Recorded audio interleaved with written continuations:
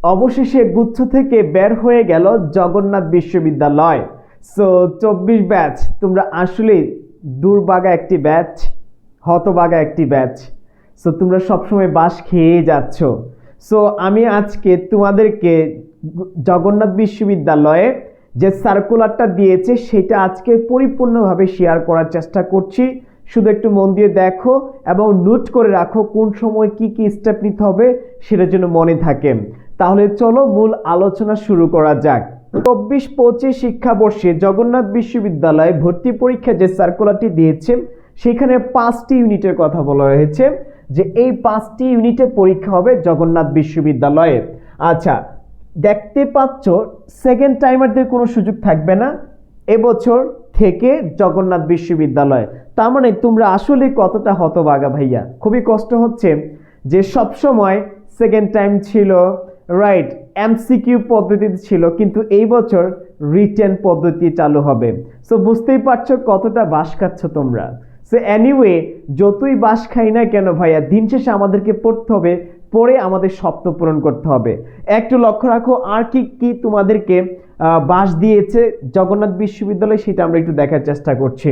আচ্ছা, সো এখন আমরা দেখতে পাচ্ছি 21 এবং 22 সালে যারা এসএসসি পরীক্ষা দিয়েছো এবং 24 সালে যারা এইচএসসি পরীক্ষা দিয়েছো, শুধু তারাই কিন্তু ভাইয়া এক্স্যাক্টলি এই জগন্নাথ বিশ্ববিদ্যালয়ে ভর্তি পরীক্ষা দিতে পারবা।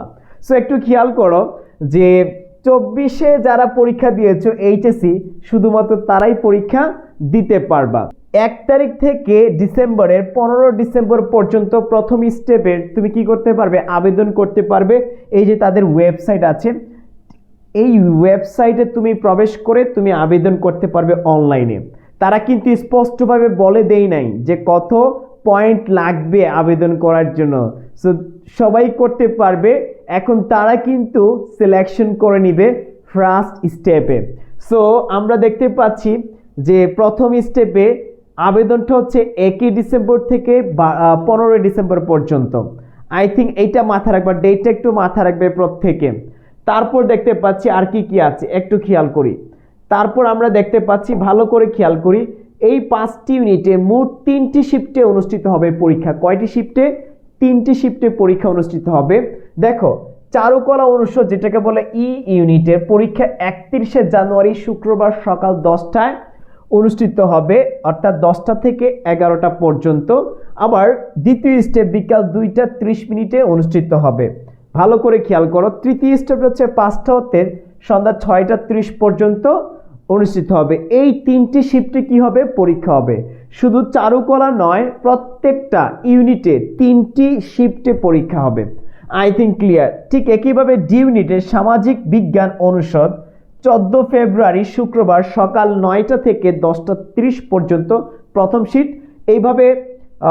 এইভাবে তোমাদের 3টি শিফটে 4:30 পর্যন্ত 3টি শিফটে কি হবে, পরীক্ষা হবে ডি ইউনিটে। বি ইউনিটেরও কি হবে, এই 15 ফেব্রুয়ারি থেকে। তুমি খালি ডেটটা রাখো, পরীক্ষার ডেটটি মাথায় রাখবে। সো বি ইউনিটে যারা আছো মানবিকের কলা অনুষদের, তোমরা 15 ফেব্রুয়ারি থেকে কি করতে পারবা, পরীক্ষা দিতে পারবা। সো এই হচ্ছে আমাদের যে ইউনিটের। প্রথমে মাথায় রাখবা যে ই ইউনিট হচ্ছে 31 জানুয়ারি, ডি ইউনিট যেটা আছে সামাজিক বিজ্ঞান অনুষদ 14 ফেব্রুয়ারি, বি ইউনিটে যেটা আছে 15 ফেব্রুয়ারি। এই ডেটগুলো একটু মাথায় রাখবা। আচ্ছা, এখন আসি আমরা এই ইউনিটে যেটা বিজ্ঞান, রাইট, বিজ্ঞান ও life and art science, alright, সেটা হচ্ছে 22 ফেব্রুয়ারি শনিবার এই তারিখে পরীক্ষা অনুষ্ঠিত হবে। তারপর একটু খেয়াল করো, সি ইউনিটে যারা আছো বিজনেস স্টাডিজ অনুষদে যারা আছো 28 ফেব্রুয়ারি শুক্রবারে শুরু হবে। 3টি শিফটে করে হবে প্রত্যেকটা ইউনিটে। তুমি জাস্ট এই কথাগুলো মাথায় রাখবে। প্রথম যে আবেদন করবা সেই আবেদনের খরচ হচ্ছে 100 টাকা প্রথম, রাইট। সো দেখো, আবেদনের মধ্যে হতে মেধাক্রম অনুসারে প্রাথমিক বাছাইকৃত প্রথম তারা বাছাইকৃত পরীক্ষা দেওয়ার জন্য সুযোগ করে দিবে মাত্র 40,000 স্টুডেন্ট। মানে এইটা খুবই দুঃখজনক একটা বিষয়। যে জায়গায় রাজশাহী লক্ষাধিক স্টুডেন্টকে সুযোগ দেয় পরীক্ষা দেওয়ার, সেই জায়গায় জগন্নাথে শুধু 40,000 শিক্ষার্থীদেরকে ভর্তি পরীক্ষা দেওয়ার সুযোগ করে দিবে প্রথম আবেদনে। তার মানে এটা কতটা কষ্টদায়ক জিনিস। অনেকে আছে রেজাল্ট কম কিন্তু প্রস্তুতি নিয়ে চান্স পাওয়ার সে এবিলিটি আছে। সো যারা রেজাল্ট কম হবে আসলে তাদেরকে আমার মনে হয় তো নিবে না। তো যারা রেজাল্টের দিক থেকে একটু এগিয়ে থাকবে তাদেরকে এই সুযোগটা করে দিবে। তাহলে প্রথম যে বাছাইকৃত 40,000 জন কি পাবে, সুযোগ পাবে পরীক্ষা দেওয়ার। তারপরে যে একটু খেয়াল করো, সে সকল আবেদনকারী বাছাইয়ে নির্বাচিত হবে তাদেরকে 700 টাকা করে কি করতে হবে, বাছাইকৃত শিক্ষার্থীদেরকে 700 টাকা করে আবার আবেদন ফি দিয়ে পরীক্ষা দিতে হবে।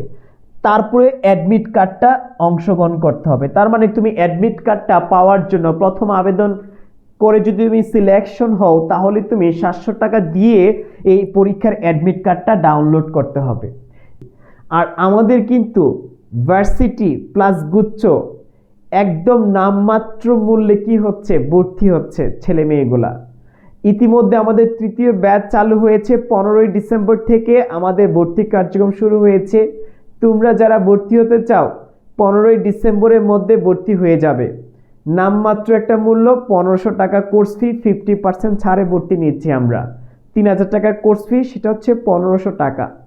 কেন নিচ্ছি, কারণ এই বছর অসংখ্য শিক্ষার্থী ক্ষতিগ্রস্ত বিভিন্ন ওয়েতে। সো আমাদের জায়গা থেকে একটি ছাড় দিচ্ছি সবার জন্য। সো তুমি যেন নামমাত্র একটি মূল্যে যুক্ত হয়ে তোমার ভর্তি প্রস্তুতিকে গুছিয়ে নিতে পারো আমাদের সাথে। সো যারা ভার্সিটি প্লাস গুচ্ছতে পরীক্ষা দিবা অবশ্যই এই ব্যাচে যুক্ত হয়ে যেও। ইনশাল্লাহ তুমি ভালো কিছু পাবে এবং সেরা কিছু প্রোভাইড করবো আমরা। যে কন্টেন্টগুলো পড়লে তুমি কমন পাবে এবং পরিপূর্ণ একটা ভর্তি প্রস্তুতি নিতে পারবে শেষ মুহূর্তে। এটাই বললাম। ভর্তির জন্য কি করতে হবে, লার্ন উইথ ইমরান পেজে মেসেজ দিতে হবে অথবা আমাদের নাম্বারে যোগাযোগ করতে হবে। নাম্বারটা একটু খেয়াল করো, নাম্বারটি হচ্ছে 0177277171। এই নাম্বারে ফোন দিতে হবে অথবা লার্ন উইথ ইমরান পেজে মেসেজ করতে হবে। এই হচ্ছে সিস্টেম। তুমি অবশ্যই আমাদের পেজে মেসেজ দিবে ভর্তির জন্য অথবা আমাদের নাম্বারে যোগাযোগ করবে। আজকের মতো বিদায় নিচ্ছি। ভালো থাকবে, সুস্থ থাকবে। আসসালামু আলাইকুম।